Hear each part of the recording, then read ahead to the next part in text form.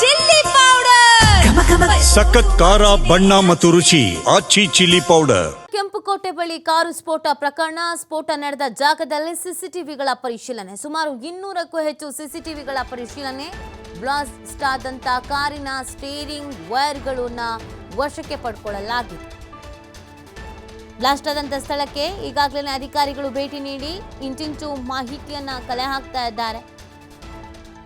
ಇದೇ ಸಂದರ್ಭದಲ್ಲಿ ಬ್ಲಾಸ್ಟ್ ಆದ ಕಾರಿನ ಸ್ಟೇರಿಂಗು ವೈರ್ಗಳು ಇವುಗಳನ್ನೆಲ್ಲ ವಶಕ್ಕೆ ಪಡ್ಕೊಳ್ಳಲಾಗಿದೆ ಅನ್ನೋದ್ರ ಬಗ್ಗೆ ಮಾಹಿತಿ ಸಿಗ್ತಾ ಇದೆ. ಜೊತೆಗೆ ಕೆಂಪುಕೋಟೆಯ ಸುತ್ತಮುತ್ತ ಇರೋದು ಸುಮಾರು 300ಕ್ಕೂ ಹೆಚ್ಚು ಸಿಸಿ ಕ್ಯಾಮೆರಾಗಳು. ಅದೆಲ್ಲದರ ಪರಿಶೀಲನೆ ಮಾಡಲೇಬೇಕಾಗತ್ತೆ. ಈಗ 200ಕ್ಕೂ ಹೆಚ್ಚು ಪೊಲೀಸರನ್ನ ಸಿಸಿ ಕ್ಯಾಮೆರಾಗಳ ವಿಜುವಲ್ಸ್ ಅನ್ನ ಚೆಕ್ ಮಾಡೋದಕ್ಕೆ ಅಂತಾನೆ ನಿಯೋಜನೆ ಮಾಡಿದ್ದಾರೆ ಅನ್ನೋದು ಗೊತ್ತಾಗ್ತಾ ಇದೆ. ದೆಹಲಿ ನಿಗೂಢ ಸ್ಫೋಟ. ಕಾರಿನಲ್ಲಿ ಕುಳಿತ 3 ತಾಸುಗಳಲ್ಲಿ ಯಾವಾಗಲಾದ್ರೂ ಆ ಕಾರ್ನಲ್ಲಿ ಇದ್ದವನು ಕೆಳಗಿಳಿದಿದ್ದಾನ ಅಂತ ನೋಡಬೇಕಾಗತ್ತೆ. ಯಾಕಂದರೆ ಈಗ ಜಸ್ಟ್ ಪಾಸ್ ಆಗಿರೋದು, ಕಾರು ಓಡಾಡ್ತಾ ಇರೋದು, ಪಾರ್ಕಿಂಗಿಗೆ ಹೋಗಿರೋದ್ರ ಬಗ್ಗೆ ವಿಜುವಲ್ಸ್ ಸಿಕ್ಕಿದೆ. ಆದರೆ ಆ ಕಾರು ಎಲ್ಲೆಲ್ಲಿ ಓಡಾಡಿತ್ತು, ಆ ಕಾರ್ನಲ್ಲಿದ್ದವ್ರು ಯಾರಾದರೂ ಕೆಳಗೆ ಇಳಿದಿದ್ರಾ, ನಿಖರವಾಗಿ ಫೇಸ್ ಕಾಣಿಸ್ಕೊಳ್ತಾ ಇದೆಯಾ, ಯಾರನ್ನಾದ್ರೂ ಕಾಂಟ್ಯಾಕ್ಟ್ ಮಾಡಿದ್ರಾ, ಅದೆಲ್ಲ ಗೊತ್ತಾಗಬೇಕಾಗತ್ತೆ.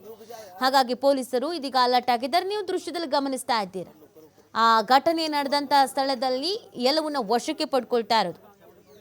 ಬ್ಲಾಸ್ಟ್ ಆದ ಕಾರಿನ ಸ್ಟೇರಿಂಗ್ ವೈರ್ಗಳು ಇದೆಲ್ಲವನ್ನ ವಶಕ್ಕೆ ಪಡ್ಕೊಳ್ತಾ ಇದ್ದಾರೆ. ಅಂದರೆ ಅಕಸ್ಮಾತ್ ಏನಾದರೂ ಬೇಕು ಅಂತಲೇ ಸ್ಫೋಟಗೊಳಿಸಿದ್ರೆ ಯಾವುದಾದ್ರೂ ಒಂದು ಬ್ಲಾಸ್ಟ್ ಆಗುವ ಐಟಮನ್ನು ಬಳಸಿರ್ತಾರೆ, ಸ್ಫೋಟಕ ವಸ್ತುಗಳನ್ನು ಬಳಸಿರ್ತಾರೆ. ಅದು ಯಾವುದು ಏನು ಎತ್ತ ಗೊತ್ತಾಗಬೇಕಲ್ಲ, ಯಾವ ಪ್ರಮಾಣದಲ್ಲಿ ಬಳಸಿದ್ದಾರೆ, ಏನು ಎತ್ತ ಅಂತ. ಹಾಗಾಗಿ ಆ ಹಿನ್ನೆಲೆಯಲ್ಲಿ ಎಲ್ಲವನ್ನ ಕೂಡ ಜಪ್ತಿ ಮಾಡ್ಕೊಳ್ತಾ ಇದ್ದಾರೆ. ನೀವು ದೃಶ್ಯದಲ್ಲಿ ಗಮನಿಸ್ತಾ ಇದ್ದೀರಾ. ಸ್ಥಳದಲ್ಲಿ ಪರಿಶೀಲನೆ ಮಾಡಿ ಒಂದು ಬ್ಯಾಗ್ನ ಎತ್ಕೊಂಡು ಹೋಗ್ತಾ ಇರೋದು, ಒಂದು ಕವರ್, ದೊಡ್ಡದಾದಂಥ ಒಂದು ಗ್ರೀನ್ ಕಲರ್ ಕವರನ್ನು ಎತ್ಕೊಂಡು ಹೋಗ್ತಾ ಇದ್ದಾರೆ. ಏನೇನು ಸಿಕ್ಕಿದೆ, ಏನು ಎತ್ತ ಅನ್ನೋದು ಮುಖ್ಯ ಆಗುತ್ತೆ. ಭೀಕರ ಕಾರು ಸ್ಫೋಟ ಪ್ರಕರಣದಲ್ಲಿ ಇದೀಗ ಸ್ಥಳದಲ್ಲಿ ಯಾವೆಲ್ಲ ವಸ್ತುಗಳು ಸಿಕ್ಕಿದೆಯೋ ಅವುಗಳನ್ನು ವಶಕ್ಕೆ ಪಡ್ಕೊಳ್ಳಲಾಗಿದೆ. ಜೊತೆಗೆ ಸಿಸಿಟಿವಿ ವಿಜುವಲ್ಸ್ಗಳನ್ನು ಚೆಕ್ ಮಾಡ್ತಾ ಇರೋದು.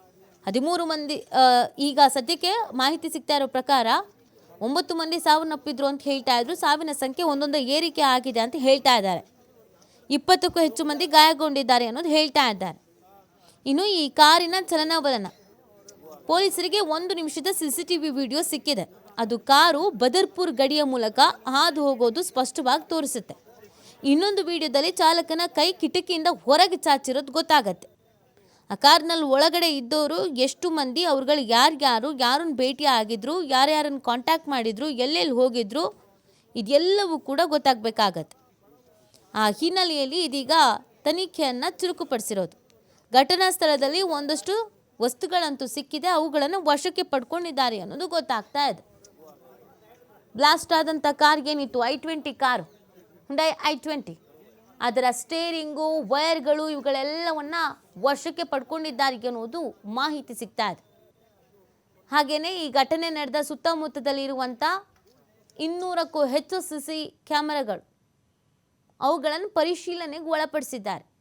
ಅನುಮಾನಾಸ್ಪದವಾಗಿ ಯಾರಾದರೂ ಓಡಾಡ್ತಾ ಇದ್ದಾರಾ, ಅನುಮಾನಾಸ್ಪದವಾಗಿ ಯಾರಾದರೂ ಚಲನವಲನ ಇದೀಗ ಈ ಕಾರು ಎಷ್ಟೆಷ್ಟೊತ್ತು ಎಲ್ಲೆಲ್ಲಿ ನಿಂತಿತ್ತು, ಮಸೀದಿ ಒಂದರ ಪಾರ್ಕಿಂಗ್ಗೆ ಸುಮಾರು 3 ಗಂಟೆಗಳ ಕಾಲ ಹೋಗಿತ್ತು ಅನ್ನೋದನ್ನು ಹೇಳ್ತಾ ಇದ್ದಾರೆ. ಯಾಕೆ ಅನ್ನೋದು ಇಂಪಾರ್ಟೆಂಟ್ ಆಗತ್ತೆ. ಕೊನೆಗೆ ಅಲ್ಲಿಂದ ಹೊರಗಡೆ ಬಂದು ಸ್ವಲ್ಪ ದೂರ ಹೋಗ್ತಾ ಇದ್ದಂಗೆ ಬ್ಲಾಸ್ಟ್ ಆಗಿರೋದು. ಅಂದರೆ ಪಕ್ಕಾ ಪ್ಲ್ಯಾನ್ ಮಾಡಿ ಇದೇ ಸಮಯದಲ್ಲಿ ಇಷ್ಟೊತ್ತಿಗೆ ಇದೇ ಜಾಗದಲ್ಲೇ ಬ್ಲಾಸ್ಟ್ ಮಾಡಬೇಕು ಅಂತ ಪ್ಲ್ಯಾನ್ ಮಾಡಿರೋದಾ ಅಂತ, ಆತ್ಮಾಹುತಿ ದಾಳಿ ಆಗಿರೋದಾ ಅಂತ ಅನುಮಾನ. ಹಾಗಾಗಿ ಇದೀಗ ಪ್ರತಿಯೊಂದರ ಬಗ್ಗೆಯೂ ಕೂಡ ಮಾಹಿತಿಯನ್ನು ಪಡ್ಕೊಳ್ತಾ ಇದ್ದಾರೆ ಪೊಲೀಸರು. ಎಲ್ಲ ಸಿಸಿ ಕ್ಯಾಮೆರಾಗಳ ವಿಜುವಲ್ಸ್ಗಳನ್ನು ಚೆಕ್ ಮಾಡ್ತಾ ಇದ್ದಾರೆ. ಎಲ್ಲಾದರೂ ಒಂದು ಸುಳಿವು ಸಿಕ್ತು ಅಂತಂದ್ರೂ ಅದು ಇಂಪಾರ್ಟೆಂಟ್ ಆಗುತ್ತೆ ತನಿಖೆಗೆ.